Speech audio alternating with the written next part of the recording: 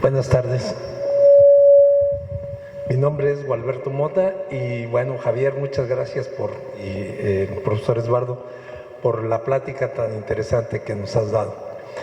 Ya te lo he dicho muchas veces, Javier, pero esta vez lo voy a hacer público. Tú sabes que yo no soy de aquí y que llegué hace 17 años a Durango, te escuchábamos en la noche, de los viernes en televisión, y después el sábado nos salíamos mi esposa y yo a verificar lo que tú decías.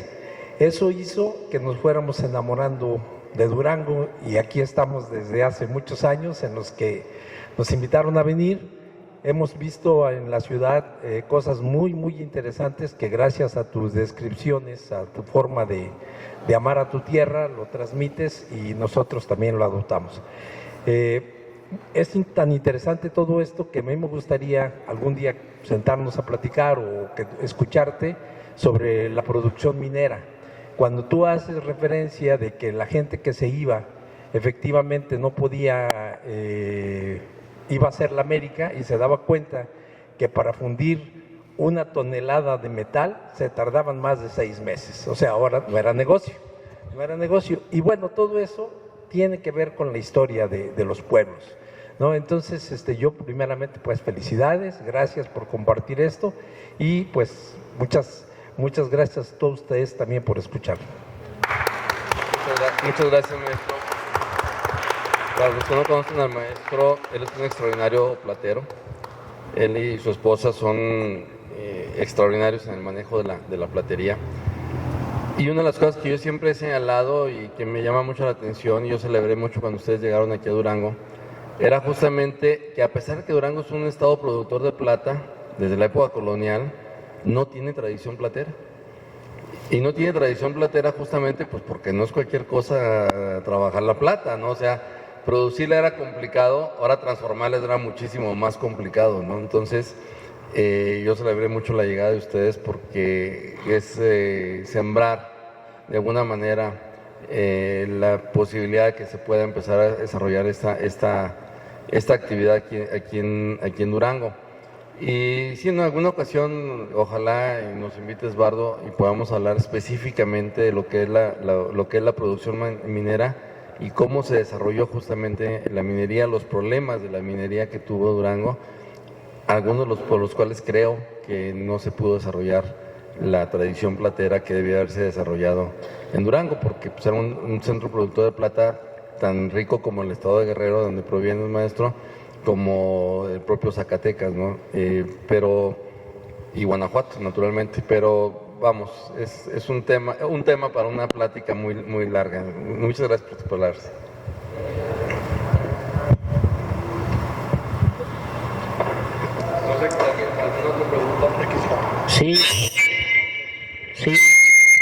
Sí, buenas tardes. Para los que no me conocen, Máximo Hernández, cronista de Pueblo Nuevo. Comentando, licenciado Javier Guerrero, hace años estuve en un evento en Nombre de Dios y me parece que hubo una sesión del Congreso del Estado en noviembre festejando la fundación 1562. Me parece que hay controversia en esa fecha de la fundación. Francisco de Ibarra, sin duda, es todo un personaje. En alguna parte he leído que él era magnánimo, le regalaba minas a su gente. Todo indica que las minas de Cuencamé, las de Guanaceví, las de Indé, parece que fueron de Rodrigo del Río de la Loza. Indé fue fundado el 24 de junio de 1563. Recuerdo yo aquella fecha porque yo tenía 13 años y ver en Indé un camión grandísimo, me acuerdo yo que era un Maracadina, y ver cómo se bajaba allí en el atrio de la iglesia la Orquesta Sinfónica de la Universidad Juárez del Estado de Durango, y ver al arzobispo Antonio López Aviña ver al gobernador Enrique Dupré Ceniceros. Recuerdo que el acceso a INDE era por la Resolana, una brecha que atraviesa la Cuchilla de la Zarca. Esa sierra que sin duda es algo muy hermoso, porque los que somos de la región vemos que es una sierra, el 70-80% de táscates. El táscate es un arbusto ramajudo que si le cortamos 3-4 ramas para sacar postería y en las noches salir cargados los camiones Thornton rumbo a Nuevo León, rumbo a Chihuahua, rumbo a Coahuila, cargada de postería, que para mí en aquella época era ilegal. Estoy hablando de 1964-66, cuando yo era maestro alfabetizante, que aquí arriba estaba la oficina del maestro Manuel H. Rocha, y yo colaboraba en hacer postería. Maravillosa esa sierra de la Zarca, mucha agua, mucho pasto, en fin. Entonces dijimos que hubo un festejo en nombre de Dios en noviembre de no recuerdo los años, pero se festejaban la fundación de Nombre de Dios en noviembre 1562. INDE 24 de junio de 1563. Durango 8 de julio de 1563. Y creo que le sigue en edad Santiago Papasquiaro. Es interesante ver cómo Rodrigo del Río de Loza, después de INDE G, INDE H, E, que parece que son los significados ya hechos. INDE era una aldea tepehuana cuando llega Rodrigo del Río de Loza. Posteriormente, en 1567, Rodrigo del Río de Loza funda Santa Bárbara, Chihuahua. Hablar de INDE, mi tierra natal, que dejé en 1970 por seguir la campaña alfabetizante del maestro Manuel H. Rocha, pues lo llevo dentro de mí. Aunque estoy en Pueblo Nuevo desde 1970, INDE es parte de mí mismo. Este pequeño folleto lo saqué en el 2020, en octubre. Se presentó en Santa María la Oro, en el Cebeta, se presentó en una telesecundaria, aquí con el apoyo del maestro Guillermo, de José Labolguín y otros personajes, en Puerto de Cabrera, festejando también la votación de esa colonia que fue parte de la hacienda de Canutillo. Ibarra, se ha escrito, se ha dicho que está sepultado en Pánuco. Los minerales de Pánuco, de Charcas, de Copala, fueron de su propiedad, como él fundó también la Villa Sebastián, hoy Ciudad Heroica de Concordia. Y la historia pues es amplia, no hay que quedarse aquí. Hace años un maestro de una primaria de Los Altos, estamos por allí, llego yo, está otro maestro y me dice: oiga, don Max, ¿qué hijos de la anda haciendo en Guajicori? ¿Qué anda haciendo en Santa Bárbara, Chihuahua? ¿Usted es cronista de Pueblo Nuevo? Sí, le digo. Nomás que da la casualidad de que de Durango, aquí a Pánuco, según el testamento de Ibarra, él había meses que estaba en Durango y había meses que estaba aquí, en la gobernación de Chametra, en Pánuco. La historia, le digo, es amplia. No tengo por qué ser cronista nomás de Pueblo Nuevo. Es más, le digo, hasta de INDE en un año me dieron el nombramiento de cronista. Sí, entonces a raíz de la investigación hay por ahí pequeños puntitos que digo. El caso de Nombre de Dios. Sí, por ahí he visto libros que hablan de noviembre de 1562 y acabo de ver por ahí uno de José de la Cruz Pacheco que habla de 1563. La idea es que para mí Ibarra fue magnánimo, tanto así que en el testamento que escribe por ahí José Ignacio Gallegos Caballero, parece que Ibarra murió en la miseria, después de ser un hombre muy rico que se dio el lujo de regalar minas a sus más allegados, a Rodrigo Arriola, que estuvo de gobernador aquí en la Nueva Vizcaya, y parece que tuvo una relación con que llegaron a los jesuitas aquí a la Nueva Vizcaya. Es algo breve que quería yo exponer, sobre todo que hay muchas notas en los periódicos antes de julio de 1963, donde se festeja la fundación de INDE. Y otro detalle importante, en el Tizonazo por ahí estuvo el doctor Pedro, confundo los apellidos, Romeral y Tamarón, haciendo una visita en enero de 1761 y habla de ese Cristo, Señor de los guerreros, que por más de 16 horas lo vimos sudar el 26 de junio de 1968. De lo que estoy hablando está algo breve escrito en este folleto. Muchas gracias, y la duda es esa, licenciado Javier, la Fundación de Nombre de Dios. Con mucho gusto. Gracias, maestro. Mire, no hay duda de la Fundación de Nombre de Dios. Perdón, espero que no, bueno, sí se va a transmitir, no le hace. ¿Sí? Lo que voy a comentar. Nombre de Dios es una de las pocas poblaciones afortunadas en Durango que tienen su cédula de fundación. De las pocas, o sea, casi ninguna tiene cédula de fundación. Cuencamé es otra, o sea, de las pocas, o sea, son muy pocas las que tienen cédula de fundación.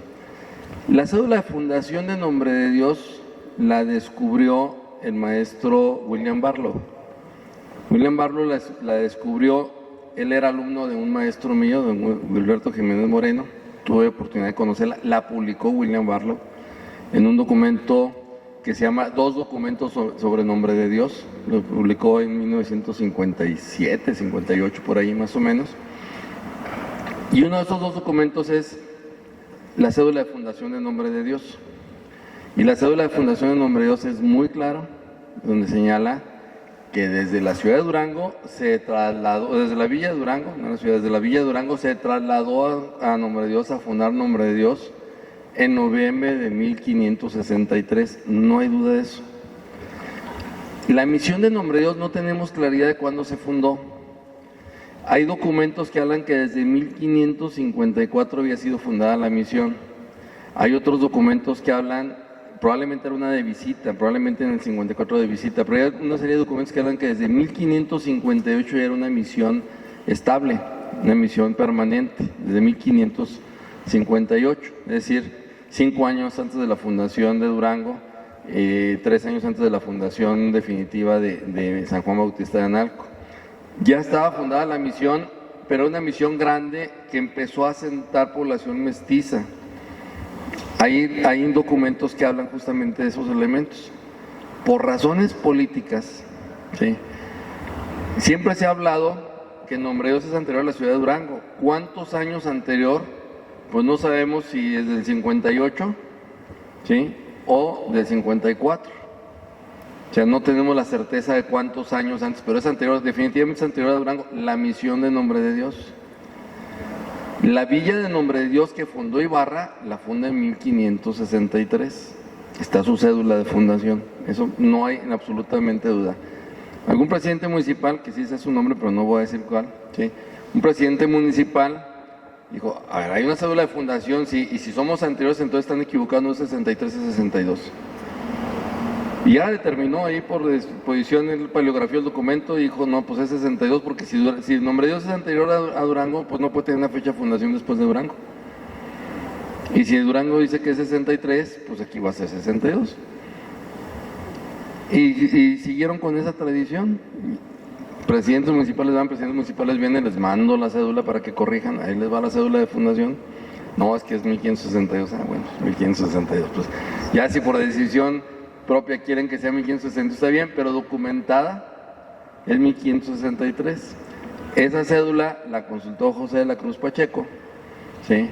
Esa cédula, cuando Barlow la identifica, hay muchos documentos que se identifican mal clasificados en el indiferente general del Archivo General de la Nación. o dentro de otros expedientes. Barlow lo identificó así, como un documento mal clasificado, obviamente ya quedó bien clasificado, y José de la Cruz Pacheco se consultó directamente la cédula que está en el Archivo General de la Nación, que es la misma que publicó Barlow, ¿sí? Y que queda claro que es noviembre, no me acuerdo si se hizo 7 de noviembre de 1563, 7 de noviembre de 1563, ¿sí? Y está firmada por Francisco de Ibarra además, ¿sí? O sea, esa trae la firma autógrafa de Francisco Ibarra. Es de los pocos documentos que tenemos en Durango, esa fortuna, que tengan esa característica. La cédula de fundación de Durango no existe, ¿sí? No se conserva, ni la cédula de elección de ciudad se conserva tampoco, ¿sí? No tenemos esa fortuna, pero en el caso de Nombre de Dios es un lugar en el que no hay lugar a dudas. Pero si políticamente les sirve decir que son anteriores a Durango por un año, pues lo pueden poner sin problema, ¿no? Son anteriores a Durango por 5 años, pero si con un año les basta, pues está bien, ¿sí? Pero la población, la villa española es de 1563, el pueblo de indios es de 1554 o 58, ¿sí? Y los dos en conjunto forman el pueblo de Nombre de Dios, que de hecho ahí es una de las pocas poblaciones que tienen su guardarraya en el medio centro de la población.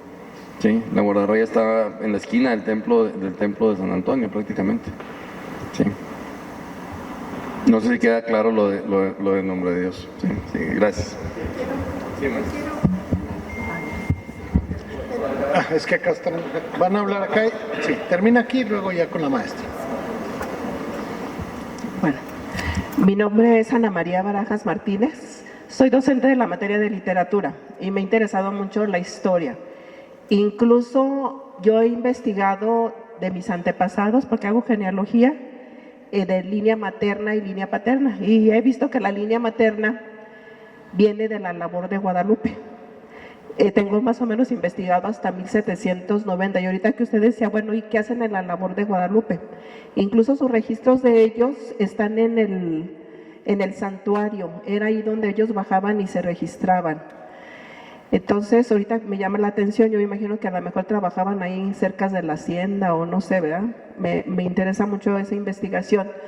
Otra cosa que le quería preguntar, no sé, a lo mejor no lo he visto, pero también me llamó la atención porque como en el año 2005 fuimos a Los Mochis y llegamos al Museo del Fuerte.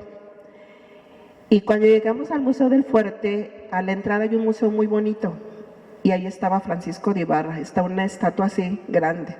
Y mi pregunta dije, bueno, ¿por qué en Durango no tenemos una estatua o algo que conozcan de Francisco de Ibarra? Porque a lo mejor sí está, no lo he visto, porque pues es muy importante, pero ahorita lo que usted está diciendo, que a lo mejor llegaba nomás Francisco de Ibarra, hacía una función y se regresaba a San Juan del Río. Y me llamó mucho la atención, fue cuando dije, mis respetos para ellos, ahorita que usted está diciendo que caminaban, porque imagínense, Mochis hice como 16 horas en autobús y lo dije, ¿cómo le hicieron con las cañadas que tenemos en Durango? Entonces ahorita lo que usted está diciendo, que muchos iban a caballo, caminando, y el tío de mi esposo, que también era cronista de los Mochis, el señor Salazar, pues dice, pues él también fundó aquí el fuerte, ¿verdad? Sinaloa. Pues eso es parte de lo que yo le quiero preguntar. Me acuerdo que el maestro Lozoya decía mucho que se hiciera algo de los fundadores de Durango.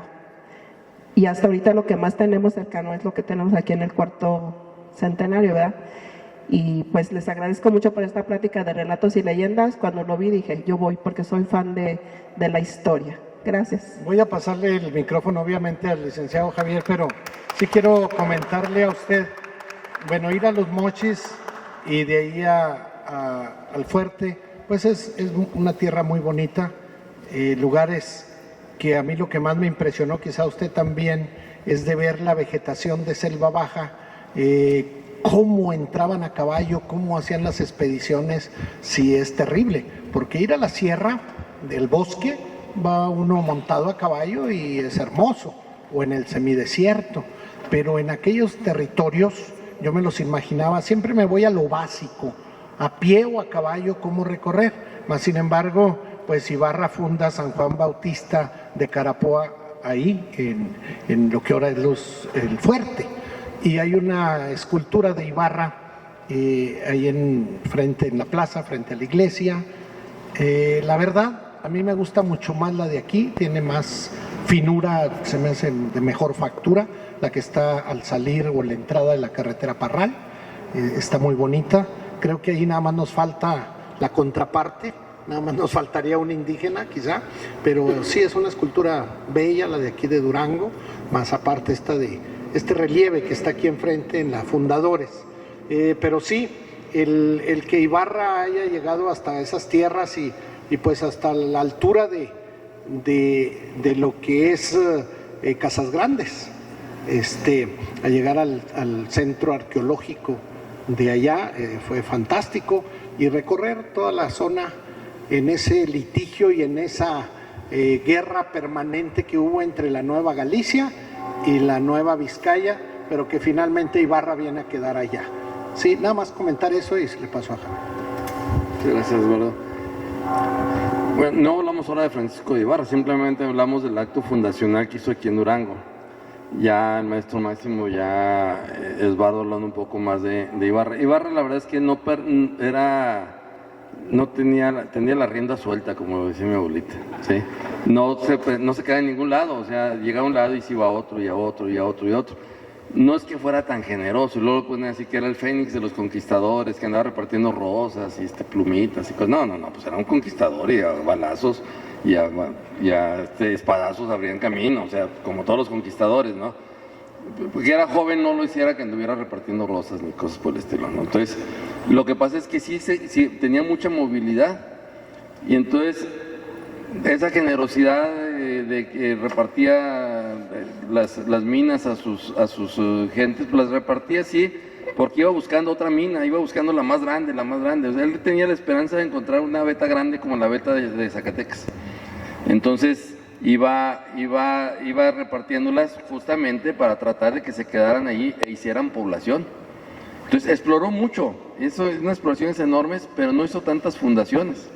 O sea, llegó hasta Casas Grandes, pero no hizo fundaciones ya del lado de Chihuahua, propiamente dicho. Hizo exploraciones, algunas fundaciones no prosperaron, la mayoría. Las que prosperaron fueron las que dejó sobre la costa de Sinaloa. Él estaba buscándole una salida a su reino al mar, porque eso le iba a hacer un reino que no dependiera del paso del tránsito por los otros reinos, con el pago de derechos que tenían que hacerse y demás por los bienes que pasaran. Él estuvo buscándole eso. Él era aventurado.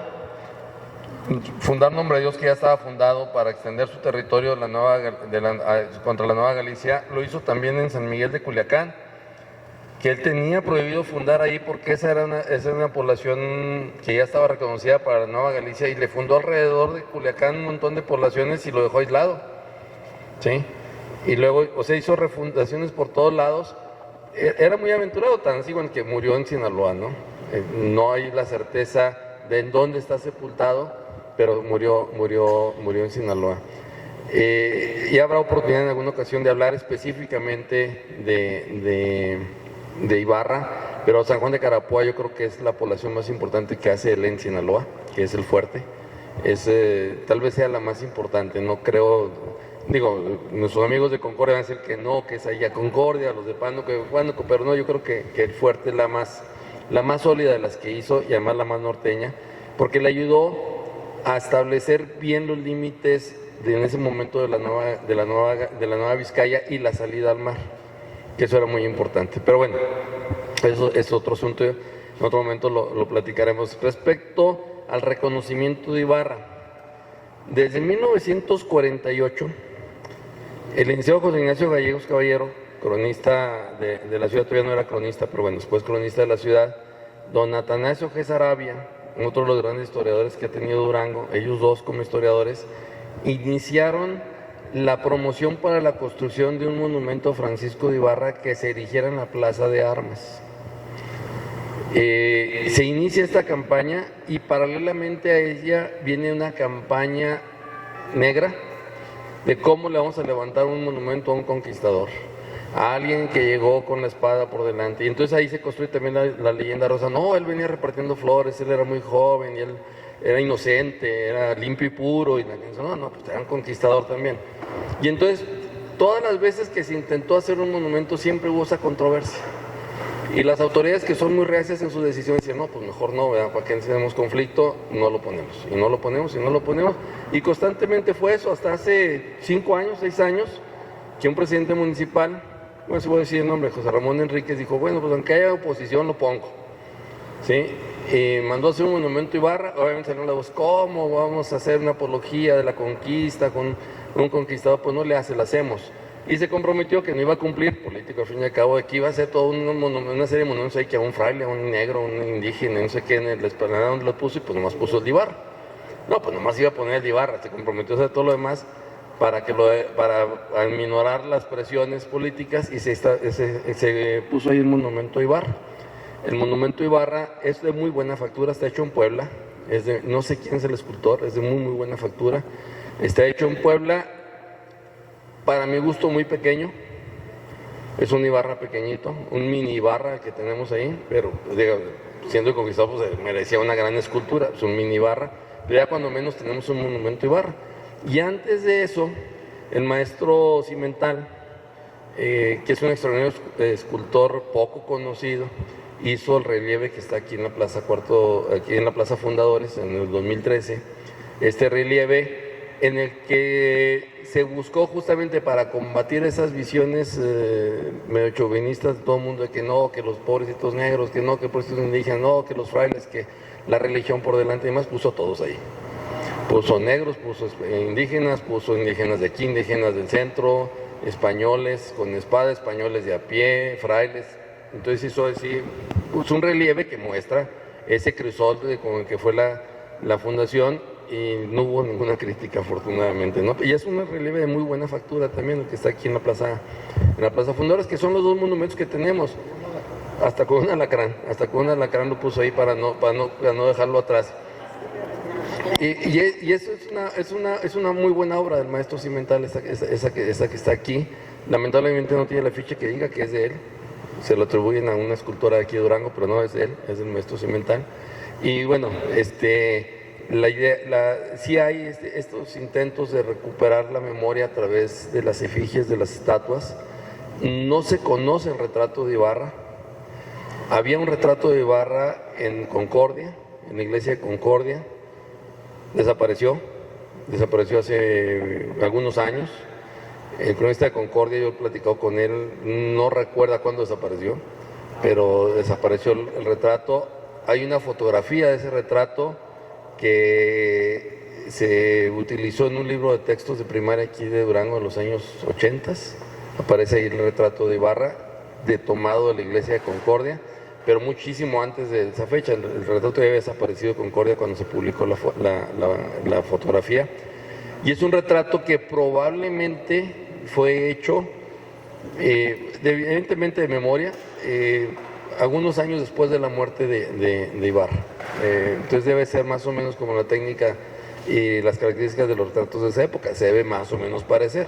Pero ese es el retrato, pero la iconografía de Ibarra se ha tomado a partir de un estudio que hizo el licenciado Arrieta, que él desarrolló un estudio de aparentemente cómo debió haber sido Ibarra a partir de aquel retrato y a partir de los relatos que hay sobre él, y ese es el modelo que se ha tomado como la iconografía para las reproducciones, las pocas reproducciones que dicen de la imagen de Ibarra, prácticamente pues nomás de aquella, y algunas que se utilizan en libros de texto y cosas así y demás, pero no del retrato original de Ibarra. Para acabar toda la preguntota que me hizo, en 1648 que se establece el Marqués de Torrecampo y construye la labor de Guadalupe, Santa María de Guadalupe de los Papudos, que es el nombre de la hacienda. Él solamente vive allí hasta 1752, solamente 4 años.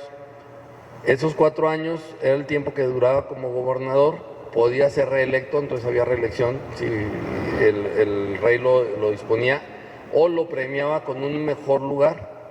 o lo asignaba a un lugar de menor categoría, vamos a decirlo así. Seguramente hizo un muy buen trabajo en la reconstrucción de la ciudad de Durango, porque de aquí se fue de gobernador de Filipinas. Lo mandan de aquí, se va de gobernador de Filipinas y es 2 veces gobernador de Filipinas y muere en Filipinas.